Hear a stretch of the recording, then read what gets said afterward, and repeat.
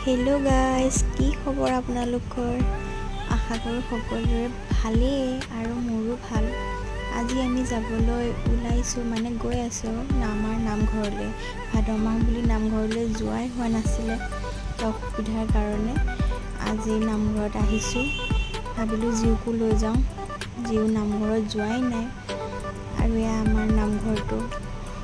আমি যাওঁতে কোনো মানুহ নাছিলে, তাৰপাছতে আমি অকণ সোনকালে গৈছিলোঁ আৰু এয়া গোপিনীসকল আহিলে, নাম ধৰিছে। আৰু আমাৰ জীউ, এয়া জীউ ইমান দুষ্টামি কৰি আছে। তাত অকলে নাথাকে, তাই চাহ খাবলৈ দিয়া গিলাচটো বজাই আছে। তাই সেয়া সকলোৰে মাজতে বহি তাই এয়া কৰি আছে। আৰু ভাল লগা অকণমান ক্লিপ এটা ৰাখি থ'লোঁ। যদি আপোনালোকৰ ভাল লাগিলে তেনেহ'লে লাইক কৰিব। আজিলৈ বাই বাই।